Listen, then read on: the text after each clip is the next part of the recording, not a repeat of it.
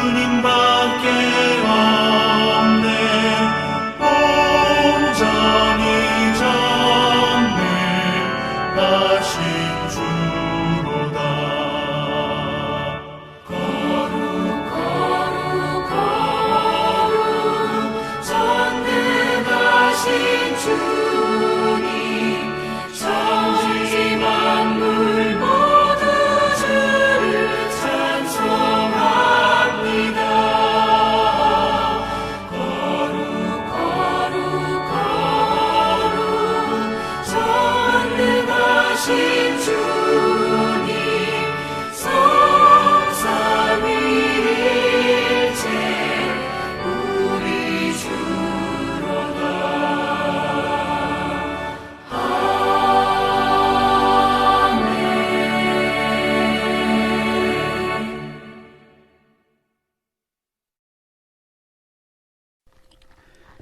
토요일 새벽기도에 나오신 성도님들을 예수님을 환영하고 축복합니다. 오늘 하나님 말씀은 로마서를 오늘부터 시작하도록 하겠습니다. 오늘은 로마서 개요를 말씀을 드리고 같이 은혜를 나누길 원합니다. 로마서 1장 6절 말씀입니다. 내가 복음을 부끄러워하지 아니하노니 이 복음은 모든 믿는 자에게 구원을 주시는 하나님의 능력이 됨이라.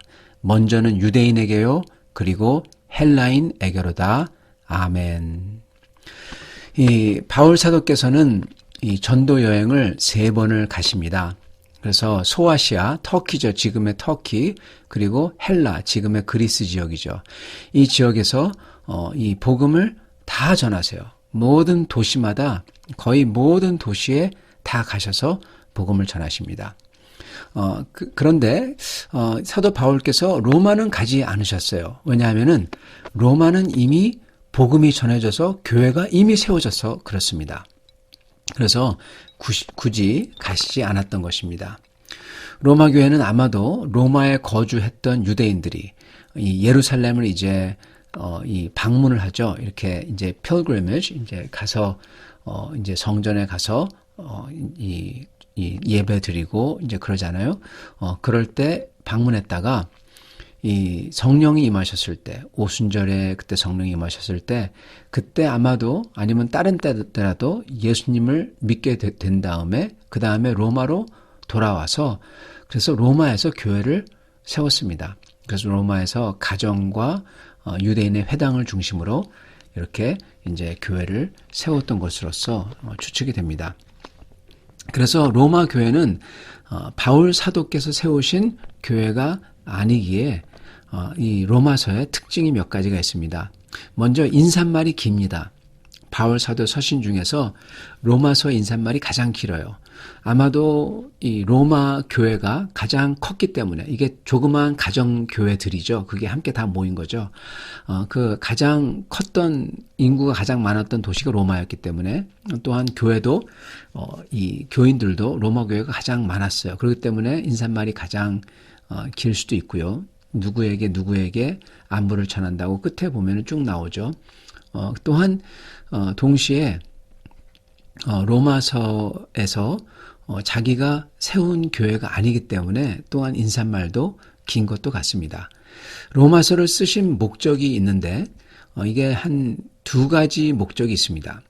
첫째 목적은 그 당시 사도 바울께서는 이 예루살렘에 큰 기근이 들어서 예루살렘 교회가 굉장히 어려움에 처해 있었습니다. 그래서 예루살렘 교회에게 도움을 주려고 헬라 지역 교회들에게서 구제 헌금을 모으고 계셨어요. 그래서 이것을 예루살렘에 전달하시려고 하고 계셨습니다. 그래서 사도 바울께서는 로마 교회도 예루살렘 교회를 구제하는데 동참해서 그래서 함께 이 교회를 돕는 일을 하기를 원하셨던 것 같습니다. 그래서 나중에 구제 헌금을 모아서 예루살렘에 같이 가져갈 수 있도록. 그래서 방문하셔서 구제 헌금을 가져가기 전에 미리 편지를 쓰신 거죠. 아마도 사도 바울께서는 3차 전도 여행을 마무리하면서 아마 고린도에서 석 달 동안 계시면서 이 편지를 쓴 것 같습니다. 두 번째 목적은 사도 바울께서는 로마서를 쓰신 이유가 로마 교회 교인들의 신앙을 굳건히 해주기 위해서 쓰신 겁니다.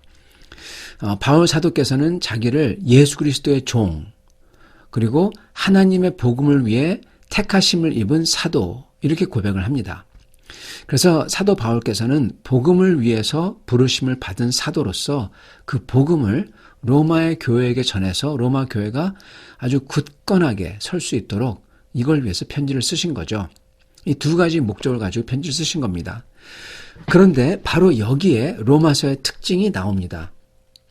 먼저 로마 교회는 사도 바울께서 세우신 교회가 아니었잖아요. 그리고 또한 로마 교회는 유대인들과 이방인들이 그리스도 안에서 하나가 되었습니다. 그래서 섞여서 예배를 드렸던 아주 모범적인 교회였습니다. 다른 곳은 그러지가 않았던 것 같아요. 많이들 유대인들만 믿고 아니면 이방인들만 믿고 이랬던 것 같은데 로마 교회는 이렇게 유대인과 이방인들이 어떠한 벽이 허물이 없이 예수 안에서 하나가 되어가지고 그랬던 아주 모범적인 교회였습니다. 그래서 사도 바울께서 자신이 세운 교회가 아니기 때문에 로마서는 다른 서신들과는 달리 다른 서신들은 바로 그냥 이슈로 들어가서 이슈들을 쫙 설명하시고 그리고 이렇게 하라 저렇게 딱 지도를 갖다 착착착 하세요. 근데 로마서는 그러지 않으세요. 바로 이슈로 딱 들어가지 않으십니다. 사실은 이슈들이 없습니다. 물론 있겠지만 아니면 모를지도 모르지만 그렇지만 사도 바울께서는 이 로마서에서 유일한 유일한 목적이 뭐냐? 복음을 전하는 거예요. 다른 복음이 아니라 사도 바울의 가장 중요했던 십자가와 부활의 복음. 이걸 갖다 전하는 겁니다. 이거를 체계적으로, 조직적으로, 그리고 확고하게 전하는 것이 이슈였습니다. 그래서 다른 사도 바울의 서신들과는 달리 로마서는 굉장히 체계적으로 써 있어요. 그것도 복음에 대해서 아주 차분하게 접근을 합니다. 그냥 바로 어떤 이슈에 대해서 들어가서 막 말씀을 하시고 그것을 이렇게 하라 저렇게 하라 이렇게 말씀하지 않으십니다. 그리고 유대인과 이방인들이 함께 섞여서 있기 때문에 이방인, 유대인 둘 다 알아들을 수 있도록 그렇게 복음의 내용을 체계적으로 설명하십니다. 그래서 성경이 만약에 왕관이라면 로마서는 이 왕관의 보석과도 같은 책이 로마서입니다. 왜냐? 가장 체계적으로, 가장 조직적으로 기독교 신앙을 기록했기 때문입니다. 정말 복음의 진수가 나오는 곳이 로마서입니다. 이게 로마서의 가장 큰 특징입니다. 그렇기 때문에 로마서에서는 유대인들도 이해가 될 수 있도록 예를 들어서 아브라함과 구약에 대한 내용 같은 게 쭉 나옵니다. 그러나 전체적인 로마서의 구조를 보면요. 이방인들이 알아들을 수 있도록 썼어요. 그래서 로마서 시작을 어떻게 시작하냐? 하나님이 세상을 만드셔서 유대인이 아닌 이방인들에게도 하나님께서 나타내 주셨다. 이렇게 시작을 합니다. 그래서 이게 로마서의 특징입니다. 이방인들도 알아들을 수 있도록 했고 그리고 체계적이고 조직적으로 이 모든 사람들이 알아들을 수 있도록 썼다는 것이죠.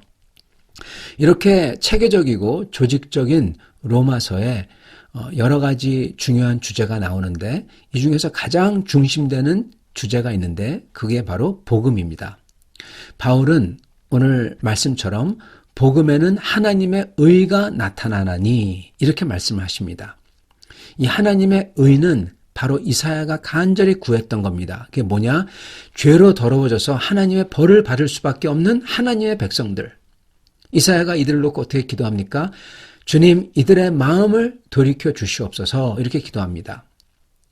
하늘에서 하나님이 들으시고 드디어 하늘에서부터 하나님의 의가 나타났다. 오늘 로마서 1장 17절 말씀이죠. 그렇게 기록이 되어 있어요. 드디어 하늘에서부터 나타난 하나님의 의는 바로 이 죄인을 의롭게 만드는 파워가 있다는 겁니다. 그리고 이게 바로 예수 그리스도라는 거예요. 더 정확히는 대속의 죽음으로 죽으신 예수 그리스도의 십자가입니다. 그래서 이 하나님의 의, 하나님의 의로우심이 나타났다. 그랬을 때 이 하나님의 의로우심은 다각적입니다. 이것은 먼저 죄인을 의인으로 바꾸는 하나님의 의로운 파워가 하나님의 의로우심이고 또한 이걸 하신 예수님 자신이 하나님의 의로우심이고 그리고 심판받으신 주님의 십자가가 하나님의 의로우심이고 죄를 심판했으니까요. 또한 이 죄 없이 죽으신 예수님을 살리신 부활이 하나님의 의로우심입니다. 죄 없는 분을 살렸으니까 그게 의로우심이죠. 이 모든 게 바로 복음에 나타난 하나님의 의입니다. 그렇기 때문에 복음에 나타난 하나님의 의, 이 복음의 핵심은 예수 그리스도와 그리고 그분의 십자가와 부활인 겁니다. 이거에 대해서 로마서 전체에서 역설하시고 계세요. 그리고 이 하나님의 의로움은 오직 믿음으로 받을 수 있고 그리고 이것을 주신 것은 하나님의 은혜로우심 때문에 그렇다. 오직 은혜, 오직 믿음이다. 이렇게 로마서가 말씀을 하고 계신 것입니다. 이게 가장 극적으로 나타나는 로마서 부분이 어디냐면요. 클라이맥스죠. 로마서의 클라이맥스가 로마서 8장입니다. 로마서 7장에서는 죄에 잡힌 하나님 백성의 고뇌가 나타나요. 그리고 8장에서는 성경의 가장 높은 봉우리라고 불리는 로마서 8장. 여기서는 이 죄에 잡힌 하나님 백성을 죄에서 해방시켜 주시는 주님의 역사와 그 해방을 받은 사람의 기쁨이 나옵니다. 그렇기 때문에 로마서 8장이 성경의 가장 높은 봉우리라고 불리는 겁니다. 그리고 그런 다음 12장서부터는 성도는 어떻게 살아야 될지가 나옵니다. 사랑하는 성도 여러분, 2020년 이제 중반을 넘어서고 있습니다. 이제 이때에 이 우한 코로나로 인해서 주님을 향한 헌신과 열정이 식어갈 것 같은 이때에 가장 체계적으로 기록해 놓으신 복음, 성경의 가장 높은 봉우리, 이 로마서를 같이 읽고 묵상하시면서 우리를 사랑하시는 구속자 예수 그리스도 안에서 믿음이 더 체계적으로 잡혀주시고 더 뜨거워지셔서 모든 것을 넉넉히 이기시는 성도들이 다 되시기를 간절히 축원합니다. 같이 기도하겠습니다. 주님, 감사와 찬양을 드립니다. 이렇게 주님의 가장 귀한 복음인 십자가와 부활의 복음, 사도 바울께서 그렇게 간절히 전했던 이 복음, 이 반만년 역사 동안 하나님의 역사가, 하나님의 의로움이 나타난 이 복음, 주님, 저희가 이 복음을 온전히 알길 원합니다.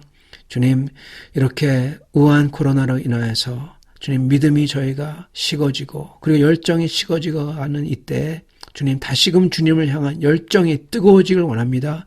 다시금 주님을 향한 그 뜨거운 마음이 주님 온전하게 잡히기를 원합니다. 온전하게, 그리고 주님 온전히 주님의 말씀에 주님 반석 위에 서길 원합니다. 그래야 해서 주님께 영광 돌리는 성도를 되도록 축복하여 주시옵소서. 오늘 우리 사랑하는 밴쿠버 빌라델피아 교회 성도들 어디 계시던지 주님께서 함께 계셔 주시옵시고 주여 주님의 손으로 덮어서 보호하여 주시옵시고 하나님 아버지요, 저의 마음속이 메말라가고 고갈될 때 주님을 향하여 아바 아버지라고 부르며 주님을 찾을 수 있게 도와주시고 그럴 때마다 주님께서 저의 마음속에 하나님의 한량없는 사랑을 부어주사 주여 저희가 더욱더 목마른 자로서 주님을 찾는 사람이 되고 그 주님의 저희를 채워주시는 주님의 그 생수 같은 성령을 받는 저희들이 다 되도록 축복하여 주시옵소서. 주여 저의 삶과 저의 인생을 인도하여 주시길 원하오며 우리 주 예수 그리스도 받들어 기도드리옵나이다. 아멘.